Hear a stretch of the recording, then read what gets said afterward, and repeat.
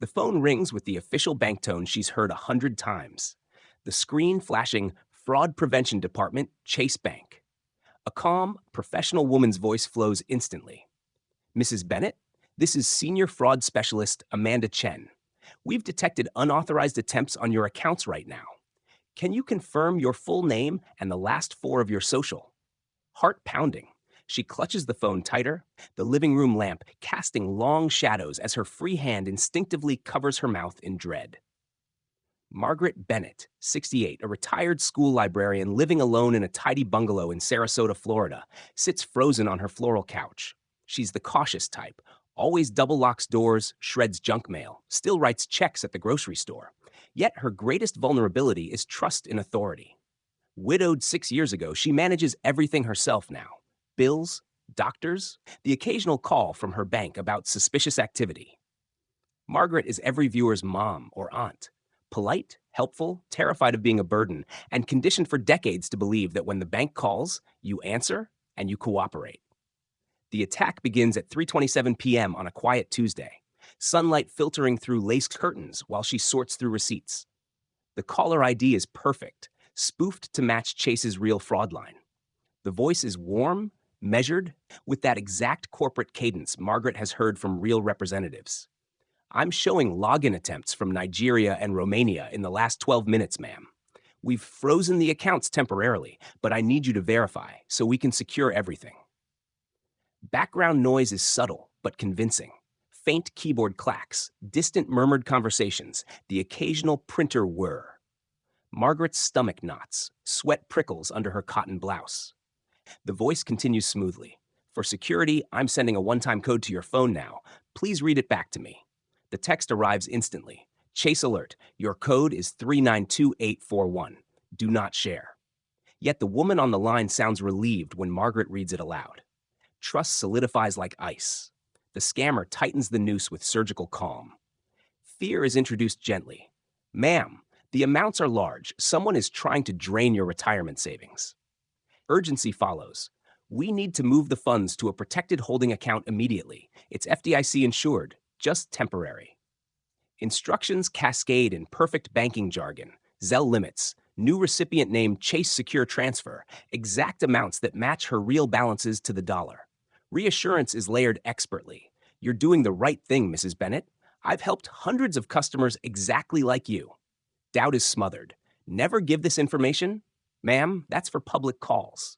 This is internal verification from your bank's fraud team.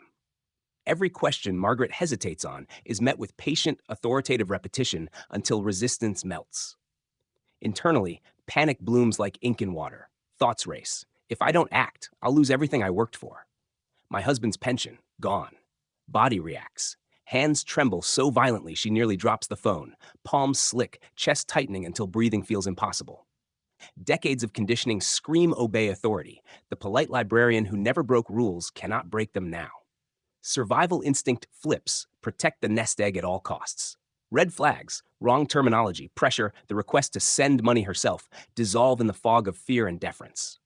She is not stupid. She is human, wired to trust uniforms, badges, and calm voices on official-looking caller IDs.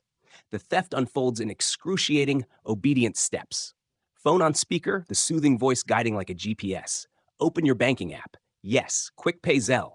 Add new recipient Chase Secure 2025. Exactly $9,500. Memo, protected transfer. Confirm your thumbprint.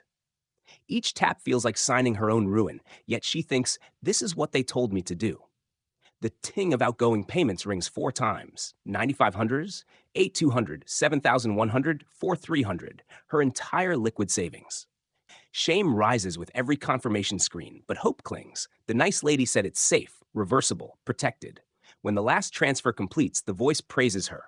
Excellent, Mrs. Bennett. Your money is now secure. Then the line clicks dead. Silence crashes in. 30 seconds later, her phone buzzes. A real text from Chase. We've detected unusual activity. Reply yes to speak with fraud dept. Nausea surges. She dials the number on the back of her debit card with shaking fingers.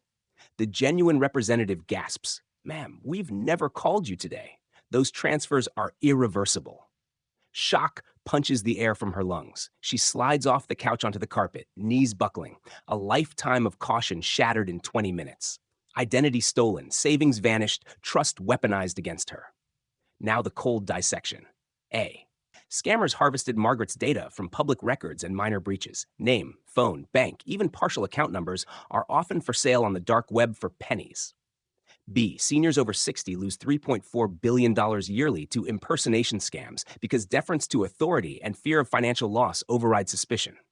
C. AI tools like Respeecher or 11 Labs cloned a generic bank voice in seconds. Simple spoofing apps fake the caller ID. D. Orchestration. 1. Data purchase. 2. Real-time scripting from victims' own banking app screenshots, gathered via earlier minor malware or social engineering.